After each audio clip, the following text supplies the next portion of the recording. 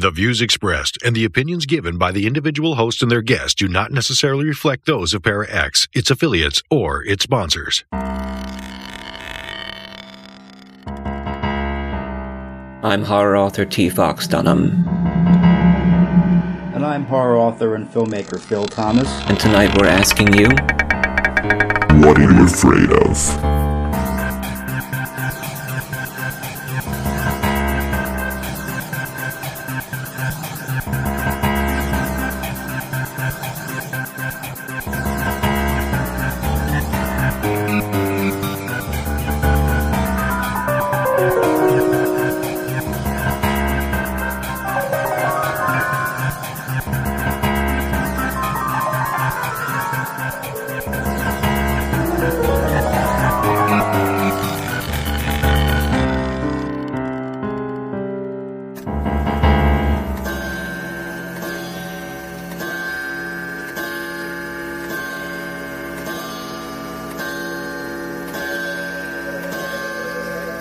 Philadelphia's horror home with hosts T. Fox Dunham and Phil Thomas. And we're back. How you doing, Fox? Phil, I feel terrible. I know. It's been quite a battle. I know. Yeah, the life of a cancer patient. Yeah, it's been rough going. Infection into an old, you said scar tissue. Scar infection? tissue from part of where the cancer was, yeah, and it just gets in there and doesn't let go. Yeah, and how long have you had this? Probably a few weeks now. A few weeks. Yeah, and it's gonna last. Oh my goodness. But so this is episode 43, Watchers. Watchers. What are you afraid of? Horror and Paranormal Show on Parax Radio, Friday nights at 9 p.m. And we've got some good stuff coming up. This show and the next few weeks, some incredible. It's going to be quite a month for us. Oh yeah, yes it is. We did a story called Talk to Leo from John C. Foster, author of Mr. White from Gray Matter Press. And he did it for us in a couple of parts. We have not played the last part yet. And as a special treat tonight, we're going to play the whole thing in 2 parts and finally reveal the ending. Oh, yes. To our audience. And thank you, John, for doing it. It's been great. And so, thank you, John. Thank you. Thank you, John. We appreciate it. We also have a ghost story from Jess G. called I'm Watching You. She's been a very big supporter on the show, and Twitter and stuff. Thank you very much, Jess, for sending that in. And David Walton returns with an old folk song called Poverty Knock, which he also does a little explanation of. So you've got the movie Doppelganger. Yeah, we just, it's freshly uploaded to YouTube on our channel, Film Zero Presents. That's the channel for our YouTube, and it's called Doppelganger. It's very short, under 2 minutes, and it's a creepy little film about a father and a son who the son is afraid there's something in his closet, like a monster. I can't go to bed if there are monsters in there, he says. He's like, all right, fine, I'll check, but after that, no more games, you go to sleep. So he goes and he checks the closet. He finds something unexpected. I'll just leave it at that. And you've seen it. Yes, very good. Yes, and you're producer on it. Yeah, I think it's really cool. Have you been watching, speaking of films and shows and things like that, have you watching any new shows or any new films lately that you want to, that have really struck you or stayed with you at all? I liked Designated Survivor. Okay. Which was pretty good. And Kiefer Sutherland is been forced into the presidency after a major terrorist attack on the Capitol. Right. And they're uncovering this vast conspiracy. He's really batting 1,000 with his shows, though, yeah. Kiefer Sutherland. He started off doing stuff like Lost Boys and Stand By Me, and he's got a very good TV career going. With 24. 24 and that was huge. People, that has a huge following, and now people with the Designated Survivor, You have Netflix, correct? I do. You should definitely check out a show. It's an Australian show. It's a series, and it's called Glitch. Yeah, I know Glitch. Have you seen it? I've seen it. You've seen it, okay. Glitch, for our audience, it's an Australian show made by Netflix, and it's about 6 people from various periods in history who rise from the dead completely healthy. Yeah. I thought it was a really unique twist on the zombie genre, because they're not zombies. Right, they're not zombies. They're just people like they were in life. And there's 2 mysteries in this show. The first mystery is they don't have their memories. Right. So they have to piece those back together. And then what did this to them? Mm-hmm. Yeah, I thought it was really... Now, before I get too far on it, I've only watched 2 episodes of it, so it's just something I wanted to bring up, because if you hadn't seen it, I was going to tell you, from what I've seen, I really liked it, and I figured you should check it out. Well, let's go to our first ghost story. I'm Watching You, sent in by Jess. Okay. And it's read by David Walton. Your source for everything paranormal. Para X. I'm Watching You. Sent in by Jess G. from Los Angeles, California, and read by David Walton. I was a high school student, and my mother's father, who I was very close to, had just passed away from brain cancer. A couple weeks after his passing, the family, my mother, brother, grandmother, and I, were cleaning up and clearing out his home office. I was on the computer making sure I had saved everything I wanted to keep onto my flash drive, since I had been the sole user of the computer for the past several months to do homework on while we had been over helping to care for my grandfather. When I turned the computer on, there was a flashing notification from the printer saying there was a document ready to print. Before I could figure out what document it was, it just began printing on its own. I thought that was odd, but figured it was just a glitch, and I stood there, waiting for some old homework I'd probably forgotten to cancel from the printer to come out of the machine. But instead, a full-sized image of my grandfather, his favourite photo of himself that I had taken, by the way, came out, and beneath it, in blood-dripping style font, in bright red, it said very cryptically, "I'm watching you." There was no plausible explanation for that printout. I had used the printer countless times while he had been ill to print homework, and never had I seen that document before. My family all laughed when they too saw what was coming out of the printer. We all knew it was my grandfather giving us his last joke, his last dramatic hurrah send-off. He was a playful man in life, always doing what he could just for a laugh, and even in death, he managed to succeed.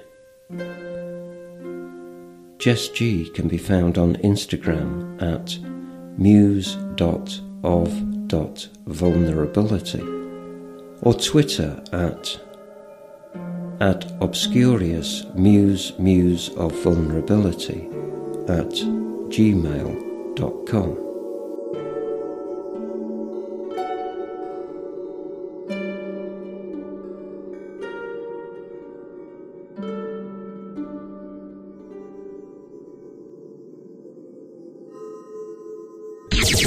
Your source for everything paranormal. Para X. I sat in the leather guest chair and winced at the noise. "The chairs are terrible," Dr. Remnick smiled.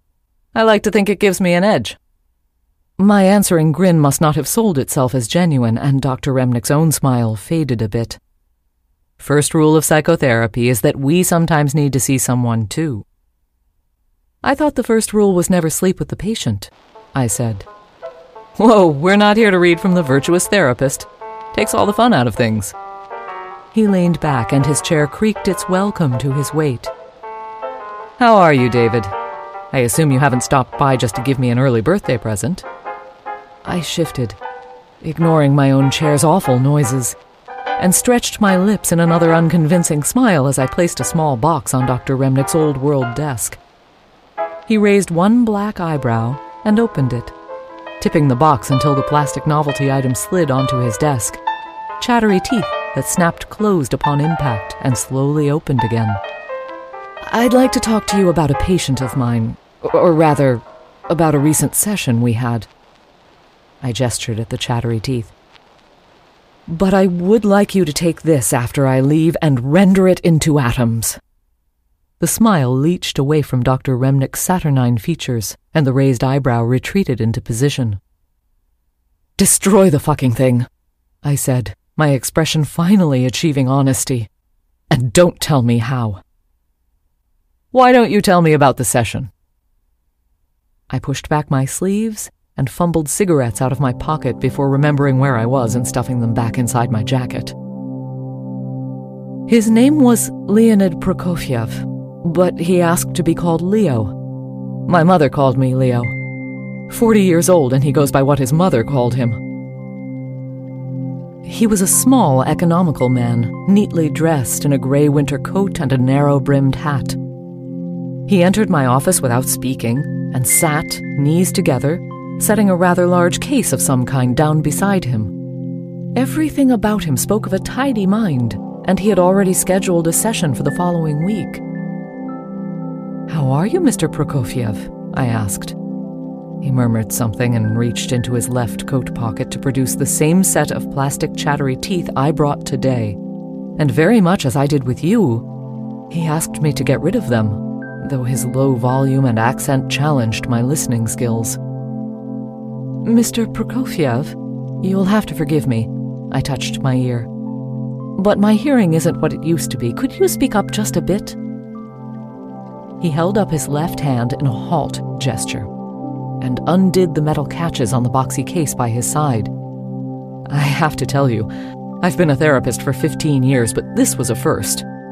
He pulled a ventriloquist's dummy from the case and set it on his knee, sliding his right hand up inside. It was a hideous thing with brightly rouged cheeks, enormous white teeth, and a grinning mouth, and wide, manic eyes. Still, when the dummy's jaw moved, the words it uttered, and I'd swear they came from the dummy and not the man, were as clear as church bells and entirely without accent. "Leo. His mother called him Leo," the dummy said. The dummy's head revolved to stare at Leo, whose own gaze was fixed on the floor. Then those big white eyes fixed on me. "Will this be all right? It will go much faster if I do the talking for both of us." "And who are you?" The dummy stared at me woodenly, pun not entirely intended, and said, "It's best if you just talk directly to Leo." "I can do that." "Leo, what seems to be the trouble?" The dummy's head swiveled with a sandpaper rasp and stared at the plastic novelty on my desk. "The damn teeth have come back. Leo has 14 sets of bed sheets. Each morning he pulls off the wet sheets and lets the rubber mat underneath air out," the dummy said. "It's not like he wets the bed or anything. He sweats. But changing the sheets isn't so hard. It's a single bed, you know, the same bed he had as a boy, so it goes pretty quickly." "Are you lonely?" I asked. The dummy did something that looked like a shrug. "He never has anyone over, but that's not his problem." "What is Leo's... excuse me. Leo, what seems to be the problem?" "Night terrors. These things have been kicking his ass since he was 10 years old." "Night terrors.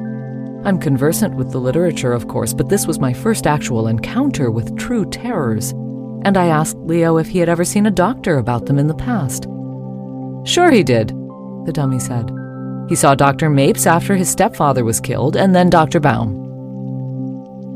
I was already half convinced I was dealing with some level of paranoid schizophrenia, and decided to push a little.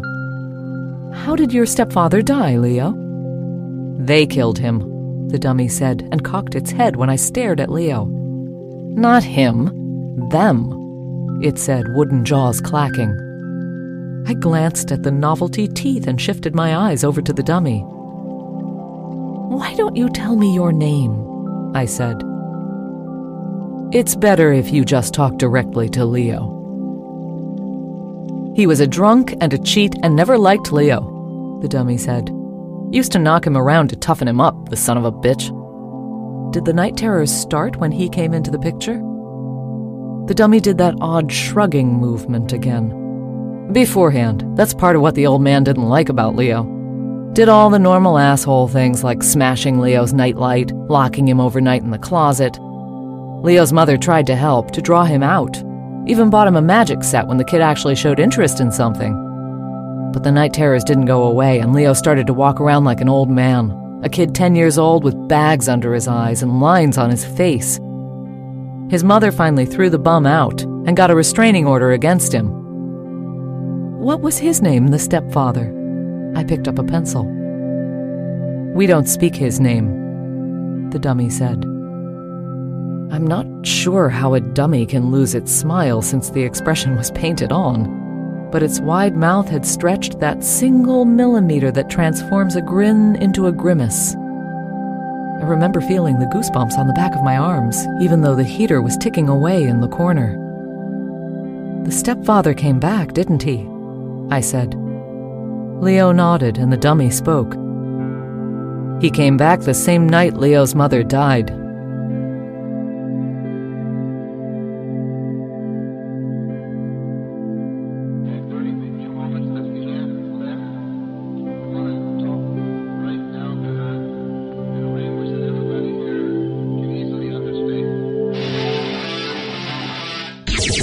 Your source for everything paranormal, Para-X. We've all experienced messages from beyond the silver veil, whether we want to admit it or not. Some people take no notice, ignoring these outreaches. Others embrace them, seeing them as evidence of an expanded universe. Whether these stories frighten or comfort, we are reassured. The mission of What Are You Afraid Of? Horror and Paranormal Show is to explore the dark side through paranormal investigation, folklore, and the arts. The show is an audio magazine. We share true ghost stories, dark fiction, interviews with ghost hunters and indie authors, filmmakers, artists, and musicians. We discuss industry issues and offer support. We have a unique and varied theme that creates a show unlike others. Our weekly show is featured on all major podcast services, including iHeartRadio, iTunes, and YouTube. We are a part of Para-X Radio. We need your true ghost experiences, so write them down in an email, preferably under 2,000 words, which comes to about 3 or 4 typed pages, and send them to whatareyouafraidof117@gmail.com. Please don't attach them as a file. And don't worry about trying to write like Charles Dickens. Just tell us your story as if you were telling a friend. And if you're not sure if it's actually a ghost story or not, but it's still weird, send it anyway. Also send us your photos, EVPs, recipes, your thoughts, and any artwork. Check out our website at www.whatareyouafraidofpodcast.com for our ghost story archives, articles, photos, and expanded material. And you can buy t-shirts, mugs, laptop covers, and animals apparently with our logo on it. Follow us at Twitter at PFWhatAfraidOf. That's PFWhatAfraidOf. You cannot escape the darkness, so explore it with us now at What Are You Afraid Of?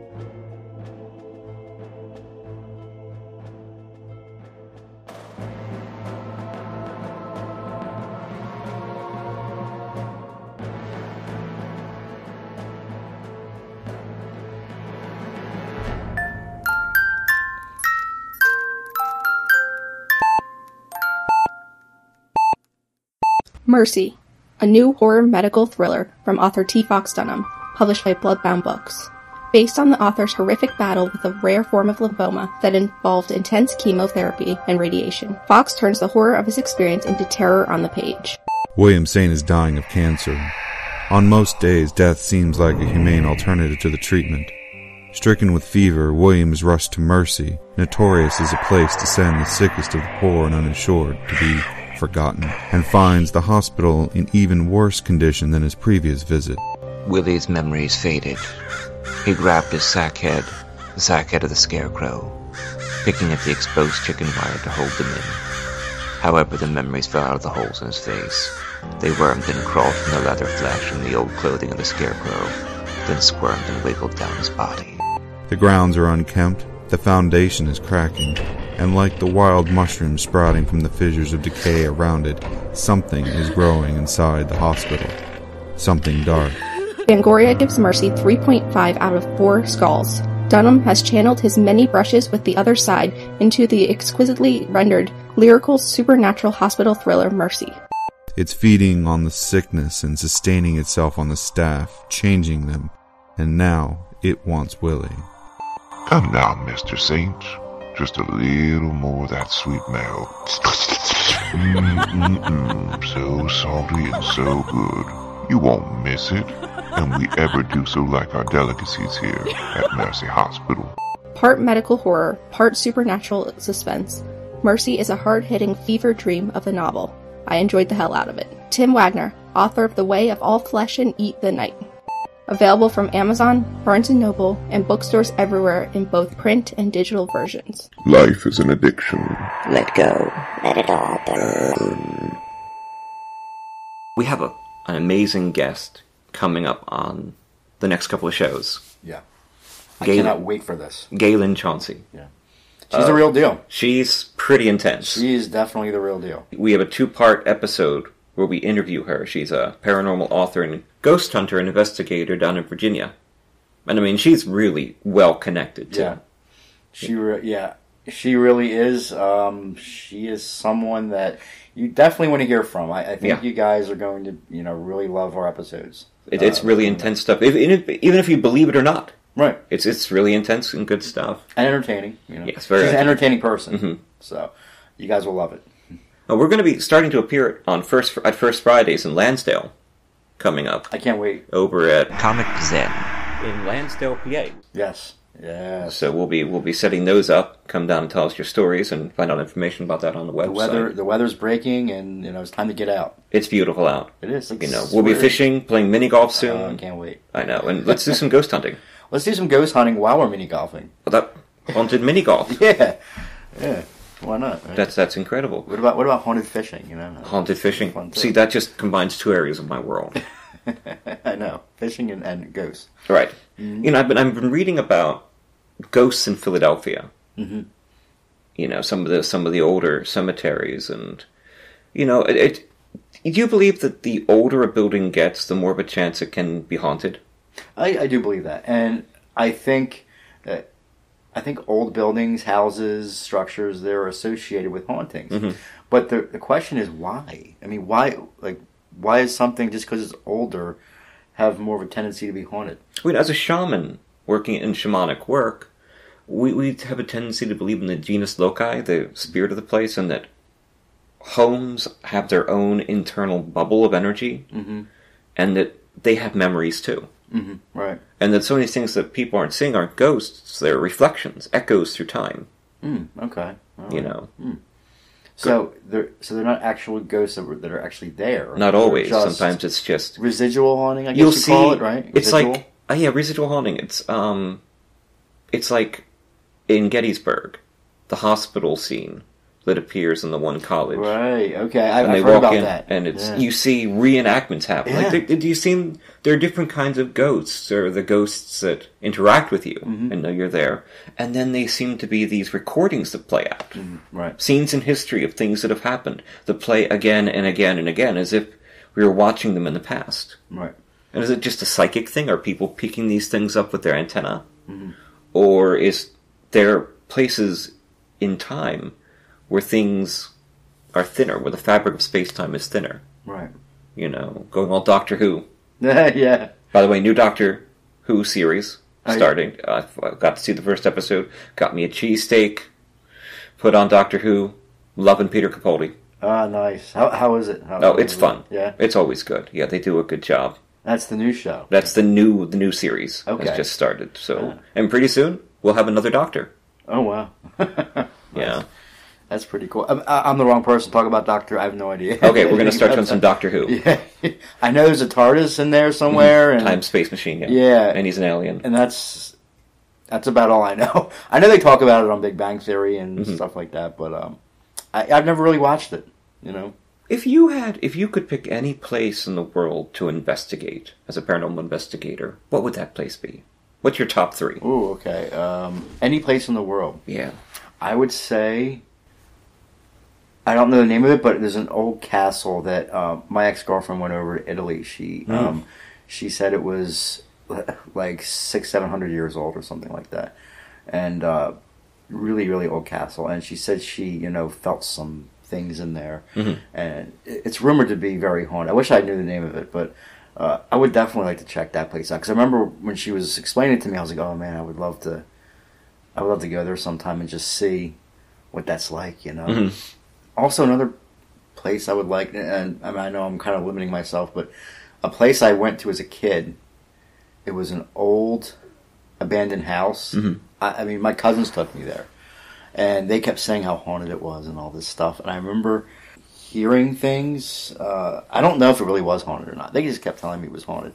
But I would like to go back there and check it out. The only problem is I was like 5, and I couldn't even tell you where the heck it was. Right. So, I would love to ask them, but I guarantee they wouldn't remember, because they were only like 8 and 9 or something. So there's always some abandoned house in some woods somewhere. Yeah. Very Blair Witch-like. I shot a short film years ago, and none of the footage made it, but there was... it was a broken out house. So like the roof was missing, the side walls missing. This place must have been 200 years old. I think it was supposedly rumored to be the site of some kind of satanic ritual. Of course, and that's they always say that. Yeah, but there was spray painted, pentagrams all over the place and things like that. And but kids spray paint swastikas too, but they're not goose stepping to school. It's just the hurtful, hateful thing to put. Well, that's probably where the rumors started, because it was pentagrams and upside down crosses. And or the rumors like begot those. Right. It's folklore, which is which. Right. And I just bought that Irish folktale. Yeah, you did. Book. Yeah. You have any favorite ones in there? I think it's called The Witches. That's one I read that I really liked. I thought it was really creepy. Somebody calls a doctor in the middle of the night and has them come out because their companion's dying. And the person dies, and the doctor is walking back into town, and there's this witch on the side of the road. And she starts like taunting him and saying things, saying weird things, and it's based on Irish folklore. Yeah. It's a couple hundred years old. From what there was the forward in the book, they talk about these stories became really popular in the 19th century, but they're much older. They became popular. I mean, they pretty much have been unchanged. They just filtered down from the 17th century, 18th, and the 19th. That's one of my favorite ones. If you guys ever, I'm sure it's public domain. You can look it up online. We can find a link for maybe do one on the story. Look it up online. Yeah. Do one on the show. Speaking of stories, we finally get to play the resolution to John Foster's Talk to Leo on this episode, 43 Watchers. And this is Linda Jones reading John Foster's story about the psychiatrist with a marionette. And finally, you hear the ending. You'll hear the rest of the story and the ending at last. Leo's mother was a good woman, but she had to work nights at the laundry to put food on the table and make rent. It was not a safe place to take the boy, big industrial pressers and hot steam lines everywhere, but leaving him alone was difficult. The night terrors. The dummy nodded. Leo grunted something, and the dummy swiveled to look at him, then spoke. Of course he understands. He's a doctor. Cold sweat trickled down my ribs, and I imagined swimming in so much perspiration every night that I needed a rubber mat, that I needed to change my sheets every day. Leo's mother made a tea from a recipe handed down by her grandmother, a village concoction made by people with no access to modern medicine. Not entirely Christian, if you know what I mean. I didn't, but I nodded, and the dummy continued speaking. She thought she was doing the right thing because he slept. The dummy trailed off, and I'll be damned if its painted eyes didn't seem to focus on memories. The tea's most obvious benefit was that Leo no longer awakened with the terrors. But Leo has since reconstructed the tea and learned more about it, about the tea's use in heightening cognition and enhancing recall. "What's in the tea?" I asked. Leo fumbled a folded piece of paper out of his pocket, putting it on my desk. The writing was crude and childish, with oversized letters slanting across the lines on the page. "No drink anymore," Leo said, eyes on his feet. The tea kept Leo asleep, certainly, even as it heightened the imaginative functions of his brain, the dummy said. Leo's terrors grew in strength, and he was unable to flee into consciousness to escape them. The effects of the terrors on Leo's young body, not to mention his mind, grew much worse. I see. I looked at the shrunken man. You were telling me about the night his stepfather died. Leo dreamed that his mother had melted like a wax figure. As it turned out, while he was dreaming, a high-pressure steam hose came loose at the laundry and cooked the skin right off of her face. Leo remembers his dream very vividly. He remembers hearing his mother scream and trying to wake up, trying so hard to wake up and call to her, but the tea kept him trapped. Was his stepfather called in after the accident? No. He had decided to pay a visit on his own, a coincidence. What happened then? The dummy's chest swelled as if it drew in a breath, then emptied. Leo doesn't remember. I see. There are methods. The dummy interrupted me and its arms twitched. I said Leo doesn't remember. I do. Please tell me your name. Talk to Leo. After Leo saw his mother melting, he dreamed that his room came alive. Thumps and crashes came from within his toy chest, and several of his magic tricks began performing themselves. A wand grew flowers. Cards fanned and snapped around the room. He dreamed of a dark figure in the house, but trapped in the nightmare, he could not move a muscle. He called for his mother, and he swore she heard him, even though his dreaming mind already knew she was dead. In desperation, he managed to open his eyes, but not escape his dream. Reality and nightmare became one as his stepfather threw open the door and began to shake him. Leo could hear a horrible wailing from somewhere beyond his bedroom, and the magic tricks hurled themselves at the struggling pair. The chattery teeth savaged the face of Leo's stepfather before the man was able to peel them free and throw them at the boy, who caught the enraged toy in an unfortunate reflex. After Leo was able to dislodge the hungry teeth from his hand, he saw his stepfather dragged screaming beneath his bed. The dummy's painted teeth grew longer, the dark V of its eyebrows more pronounced. When his stepfather finally stopped kicking, all of the toys and tricks lost their anger and fell to the floor. Leonid awkwardly slid the blocky case around with his feet so he could reach inside with his free hand, making an obvious effort not to displace the ventriloquist's dummy. I should have been aware right then that I was unsettled by the story I was hearing, but in truth I had become absorbed to the point that I leaned over my desk to look inside the case. When I glanced back up, I found myself eye to eye with the dummy. The feeling of something wrong was a near-palpable event, and I found myself perspiring heavily under my arms and in the small of my back. Still, I knew that this man sitting in my guest chair was in genuine crisis, so I took the manila folder he handed me. Leo remembers very little of the night in question, the dummy said, and it was several hours after the police arrived before they could even wake the boy and administer first aid. The first photos showed a child's bedroom in disarray, and I almost didn't notice the white crime scene outline on the floor, half concealed underneath a narrow child's bed.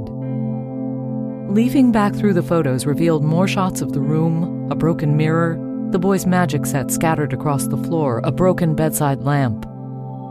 The last several photos were of a terribly disfigured man on a steel mortician's table. He had been cleaned, but gaping wounds ruined his face, and his clenched teeth were visible through his cheeks. His neck was oddly contorted, and the coroner's report indicated that his larynx had been crushed. "This is what happened," Leo said, making an effort to speak clearly as he handed over 2 final photos. It was a shock to hear his voice, and disturbing to see that the ventriloquist's dummy had swiveled its head on its wooden neck again to regard the little gray man. "Thank you." I took the pictures, my breath catching in my throat. The first photo was of the same chattery teeth I brought today. The teeth Leo asked me to dispose of, stained with dark liquid. I reminded myself that it was noon and sunlight was streaming in through the windows of my office as I picked up the second picture. I was keyed up, remember? Unsettled. The photograph startled me. "Who killed your stepfather?" I asked the dummy. "Talk to Leo." "I'm talking to you. Who killed his stepfather?" "Talk to Leo." "Leo," I said to the little man. "Ask it to tell me." He shook his head. "Tell it to tell me who killed your stepfather, Leo. You're in charge." Leo recoiled as if slapped, and hurriedly opened the case once more, stuffing his ventriloquist's dummy inside and snatching the novelty teeth off of my desk. It was only then, when his right hand was removed from the dummy's interior, that I saw 3 of his fingers had been crudely severed at the knuckle. "Leo, sit down," I said. He made noises of apology and said he had made a mistake. He had no interest in speaking with me further and insisted that my secretary cancel future sessions. His accent had returned and made him difficult to understand, but what horrified me was the muffled voice coming from inside the case. I'd swear on my life that the dummy was still speaking at the same time as Leo. The door slammed behind the little man, and I could hear loud voices in the reception area. I remained in my seat, however, riveted by the photograph still clutched in my hand. The picture showed the freshly mangled corpse of Leo's stepfather. It had been chewed savagely, messily, and the plastic teeth were clearly visible, locked on the man's throat. Dr. Remnick eased forward in his chair, and I heard the springs adjusting. He pursed his lips and carefully rolled his cuffs back, deep in thought. "An encounter like that would alarm anyone, David. Anyone. But you know this. Why have you come to see me?" I leaned back and armed away the sweat beading on my forehead. After I collected myself, I became concerned for Leo and for people who might be around him. I did some digging and located the correct Dr. Mapes in New Jersey, but the man hung up on me as soon as I mentioned the name Leonid Prokofiev. He refused to answer when I called back. "What about the other doctor?" Dr. Remnick said. A strangled sound slipped from my throat. "Dead. An accident at home." "David." I waved him quiet. My secretary fucked up and didn't erase Leo from the schedule. She placed a reminder call to him like she does with every new patient. Routine. She's really very good, very detail-oriented. Just forgot to erase his name from the book, and so she called him. Upset him. "Did he come to see you?" I shook my head violently. "Hell no, and I won't see him if he does." "Then what happened?" "I got a package in the mail yesterday. These goddamn chattery teeth." Dr. Remnick nodded at my pocket, and I took the hint, pulling out a bent cigarette and placing it between my lips before lighting it with a plastic bic. "I threw them out and tried to forget about them and Leonid Prokofiev," I said through a cloud of bluish smoke. "I threw the teeth in the dumpster behind my office." Tendrils of smoke rose from the smoldering cigarette as I tried to keep my voice steady. "When I woke up this morning, the teeth were in my bedroom, just laying on the carpet. And I had this." Dr. Remnick's eyes narrowed as I unfastened the top several buttons of my shirt and spread it wide to reveal the crescent-shaped bruises near my clavicle. Bruises that looked alarmingly like bite marks. The phone rang then, and I answered it without thinking. I mean, my home number is never given out to patients. Never! I struggled to place the voice until it said, "Why are you pursuing Leo?" Dr. Remnick had produced his own cigarette and stuck it in the corner of his mouth. He paused in the act of striking a match, letting the tiny flame work its way down the thin wood. The voice kept on, not angry, but insistent. "Why did you call Dr. Mapes?" "I was concerned. You have frightened Leo." the voice said. He's having the dreams again. Did you send something to me? I asked. You are a doctor and you still don't understand, the voice said. He has become afraid of you and is making the tea again. I squirmed in that awful chair and ignored the noises. I have never before experienced the feeling of being rooted in place by fear, I said. But I can tell you that at that moment, when I recognized the voice on the phone, I couldn't move a muscle. The house could have caught on fire and my feet would not have budged a single inch. Was it Leo on the phone? Dr. Remnick asked. I shook my head. Who was it? Dr. Remnick stubbed out the match before it could burn his fingers. Wait, first I should tell you that I called Dr. Mapes immediately after the phone call. His number is now disconnected. Who called you, David? Dr. Remnick said. I asked who I was talking to. The voice repeated that I was not to pursue Leo again, and I demanded to know who I was speaking with. He thought he could trust you, the voice told me. You've upset him a great deal. We? Dr. Remnick interrupted, and I nodded. I shouted, Who the hell is this? And I heard something raspy like sandpaper on wood. That's when I recognized the voice I had last heard in my office. The voice of the ventriloquist's dummy. So it was Leo. No. I shook my head. But David. I held up a hand and he stopped speaking. The cigarette smoke pooled above our heads as he waited for me to say something I didn't even want to think. I think it was Leo's mother. Dr. Remnick leaned forward to argue, but sat back instead. My gaze followed his to the plastic novelty item resting on the dark wood of his desk. And this? Dr. Remnick said. I shook my head and watched as his expression became clinical.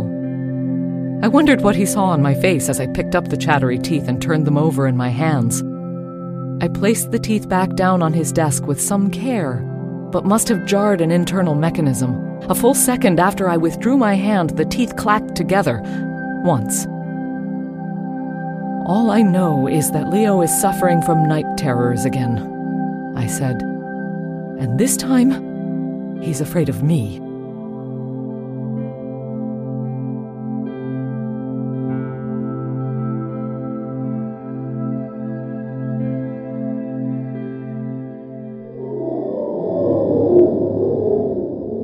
Your source for everything paranormal.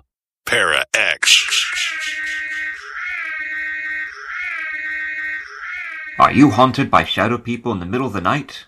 Do you secretly love all things creepy and spooky, enjoying ghost stories and horror fiction from the best storytellers? Do you have a true ghost experience you want to share, but no one will believe you? If yes, listen to the professionals on What Are You Afraid Of? Horror Paranormal Show Friday nights at 9 p.m. on Para X Radio and at www.whatareyouafraidofpodcast.com. What Are You Afraid Of on Para X? Our creepy and demented hosts are on call to provide you with all your spooky needs with true ghost stories, interviews, indie music, and new horror fiction. We are ready to scare you. Para X.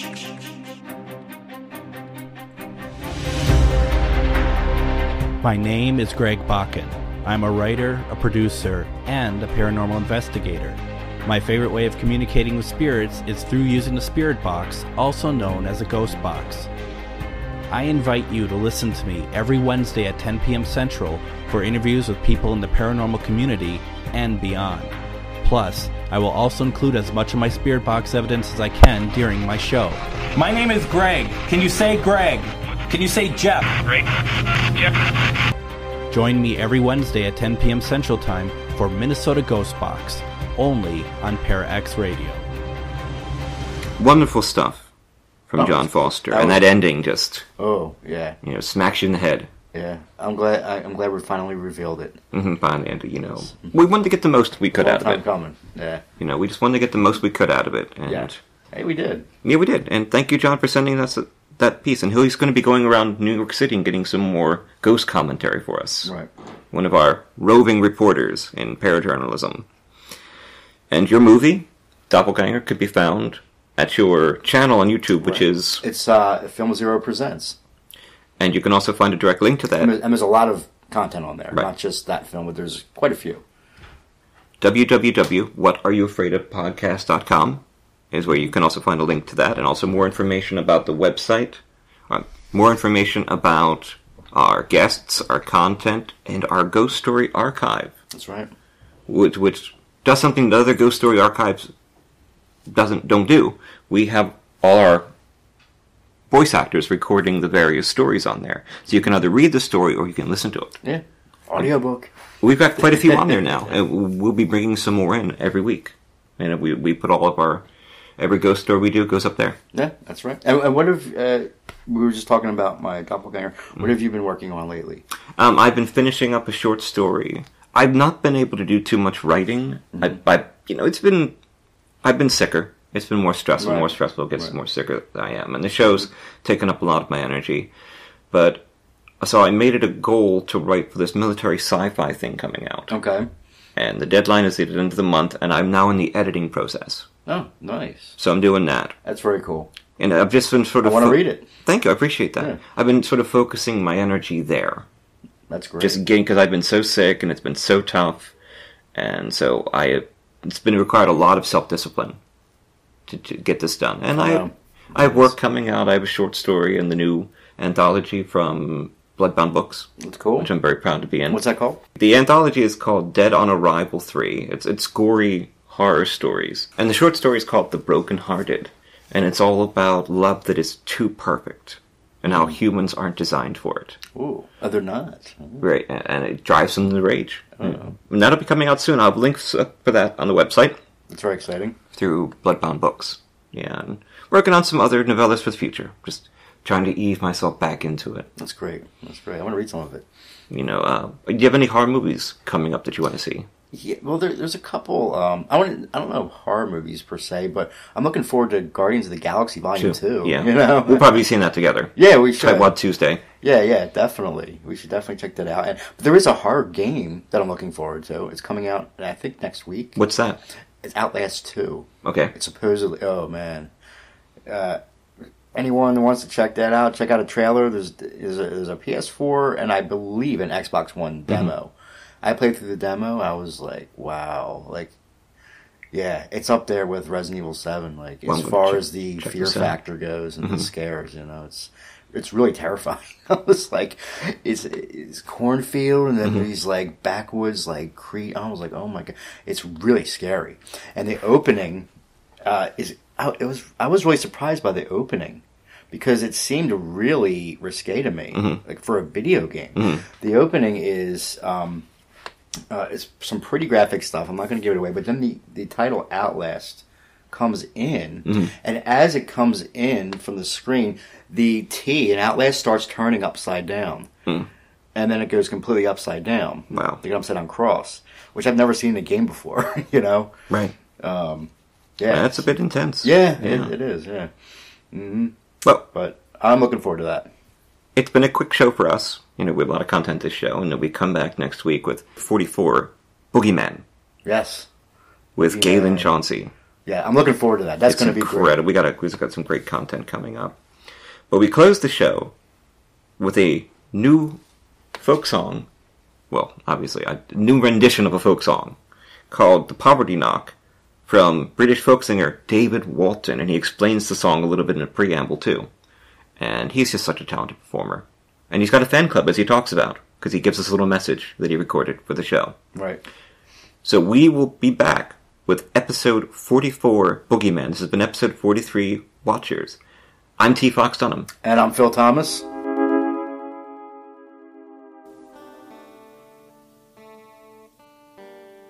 Hi. I'm David Walton, and I drop whatever I'm doing to read whatever Fox and Phil demand of me. My digital, as opposed to ectoplasmic alter ego, is called Brendan Shawland, who regularly plays guitar and sings in a virtual world. Brendan has a website, David doesn't, Bandcamp sales figures would suggest that Brendan's music is decidedly niche.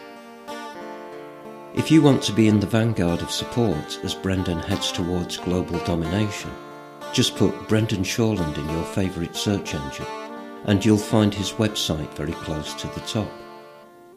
You'll see what the human looks like, and you can check out the Listen to a Song page to access Brendan's unwillingly private world of creative output. Your source for everything paranormal. Para X. Fox asked me to record a song called Poverty Knock. The song records the deprivations suffered by textile workers in northern England during the period around 1890. The song is generally agreed to emanate from a woolen mill in the town of Batley in the West Riding of Yorkshire, coincidentally close to where I was born. In the background you hear the steam-driven machinery of a weaving shed, which I remember as being so loud that conversation was impossible. The predominantly female workers developed their own sign language, hand signals and gestures in order to communicate. I thought that a kind of glossary of the words used in the song might be helpful, so here goes. In the chorus, she, almost certainly she, says, "I know I can guttle when I hear my shuttle go." The word guttle means to eat voraciously, so she's reminding herself that despite the hardships, if she's working, she probably isn't starving. A gaffer might be the mill owner, but more likely a foreman or manager. Buying grub on the slate means a modest and short-term line of credit with a local food store. The workers were paid piece rate, which meant that when one of them was injured by a flying shuttle, she was left lying unconscious and bleeding on the floor because her colleagues would lose money if they went to her assistance. There were no guards on any of the machines, and fatal injuries were by no means uncommon. In the final line I refer to a pinny, which is a garment somewhere between an apron and a dress, and worn as a protective article over outer garments. That's about it, and I can hear the din of the weaving shed, so I'd better get on with the song.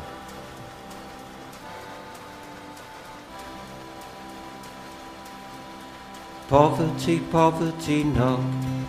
The loom is a saying all day. Poverty, poverty, knock. The gaffer's too skinny to pay. Poverty, poverty, knock. Keeping one eye on the clock. I know I can guttle when I hear my shuttle go. Poverty, poverty, knock. Up every morning at 5, I wonder that we keep alive. Tired and yawning, every cold morning it's back to the dreary old drive. Oh dear, we're going to be late. Gaffer is stood at the gate. We're out of pocket, our wages he'll dock it. We'll have to buy grub on the slate. Poverty, poverty, knock. The loom is a saying all day. Poverty, poverty, knock. The gaffer's too skinny to pay. Poverty, poverty, knock. Keeping one eye on the clock. I know I can guttle when I hear my shuttle go. Poverty, poverty, knock. And when our wages they bring, we're often short of a string. While we're a-fratching with old gaffer snatching, we know to his brass he will cling. We've all got to wet our own yarn by dipping it into the tarn. It's wet and soggy, it makes me feel groggy. There's mice in that dirty old barn. Poverty, poverty, knock. The loom is a saying all day. Poverty, poverty, knock. The gaffer's too skinny to pay. Poverty, poverty, knock. keeping one eye on the clock. I know I can cuddle when I hear my shuttle go poverty, poverty, knock. Oh dear, my poor head it sings. I should have woven 3 strings, but threads are breaking and my back is aching. Oh dear, I wish I had wings. Sometimes a shuttle flies out and gives some poor woman a clout. There she lies bleeding, but nobody's heeding who's going to carry her out. Poverty, poverty, knock. Me loom is a saying all day. Poverty, poverty, knock. The gaffer's too skinny to pay. Poverty, poverty, knock. Keeping one eye on the clock. I know I can cuddle when I hear my shuttle go poverty, poverty, knock. The turner should tackle me loom. He'd rather sit on his chair. He's far too busy courting our Lizzie. I think that it's awful unfair. Liz is so easily led. All think that he takes her to bed. She always was skinny, now look at her pinny. It's about time they was wet. Poverty, poverty, knock. Me loom is a saying all day. Poverty, poverty, knock. The gaffer's too skinny to pay. Poverty, poverty, knock. Keeping one eye on the clock. I know I can cuddle when I hear my shuttle go poverty, poverty, knock.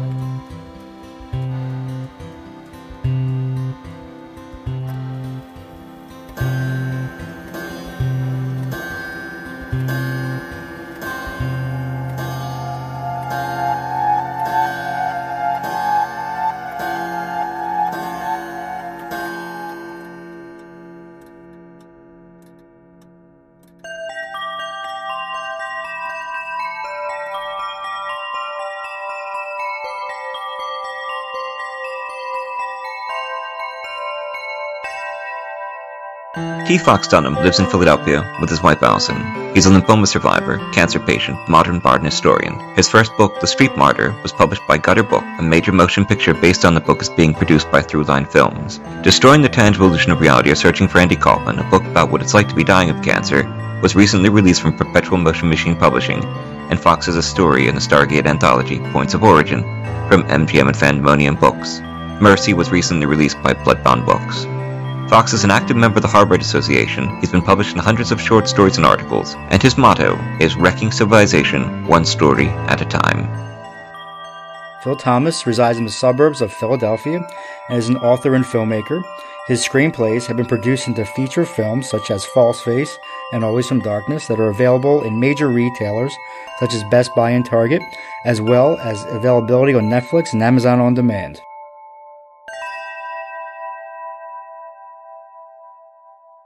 The views expressed and the opinions given by the individual host and their guests do not necessarily reflect those of Para X, its affiliates, or its sponsors.